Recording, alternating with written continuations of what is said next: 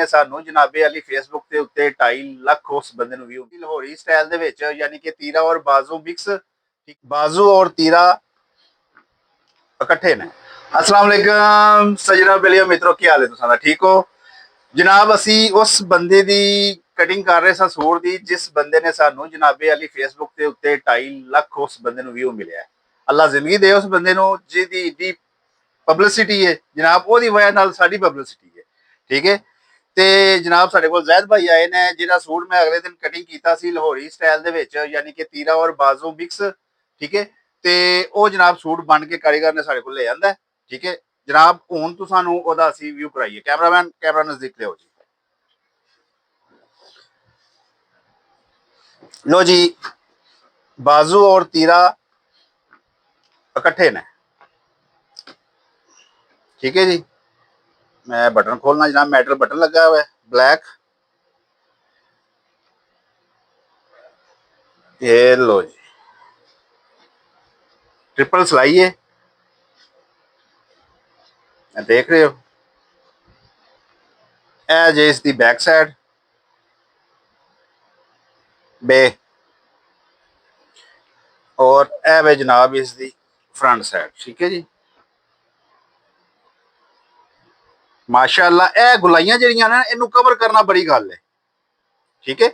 अक्सर नैट के उत्ते भी एक दो वीडियो चढ़ी है इन्होंने जगह से वट बहुत ज्यादा ने। ए वेखो जो बने आवे माशाअल्लाह कारीगर ने बहुत ही सफाई के नाल इस चीज को कवर किया है। वे गुलाइयां मेन चीज ही होंगी है कपड़े की इस गुलाई को कवर किया होया है ठीक है। ए साइड से भी अजे इस सही तरीके की नहीं बची। ए दूसरी साइड विखाने तुम ए देख लो इो गुलाइयां ने इन्होंने गुलाइयां दे विच ए ठीक है।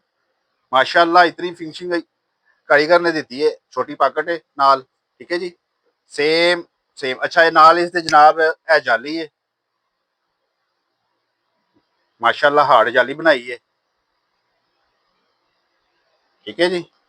ते माशाअल्लाह बहुत ही खूबसूरत सूट बनया है। ए साडे कस्टमर ने जनाब मलेशिया दे ए देखो ए दिखाओ जी इधर ए चिट लगी है जनाब आसिफ मलेशिया। ये मलेशिया के हमारे कस्टमर हैं अल्हम्दुलिल्लाह। ये तकरीबन 3-4 साल से हमसे काम करवा रहे हैं ठीक है।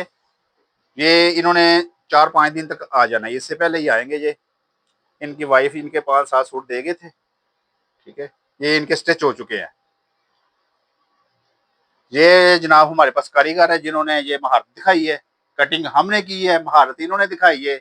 मेरे पास अल्हम्दुलिल्लाह जितने भी मेरे कारीगर थे ना सिर्फ वही ये सूट बनाना जानते हैं अलीपुर चट्ठा में।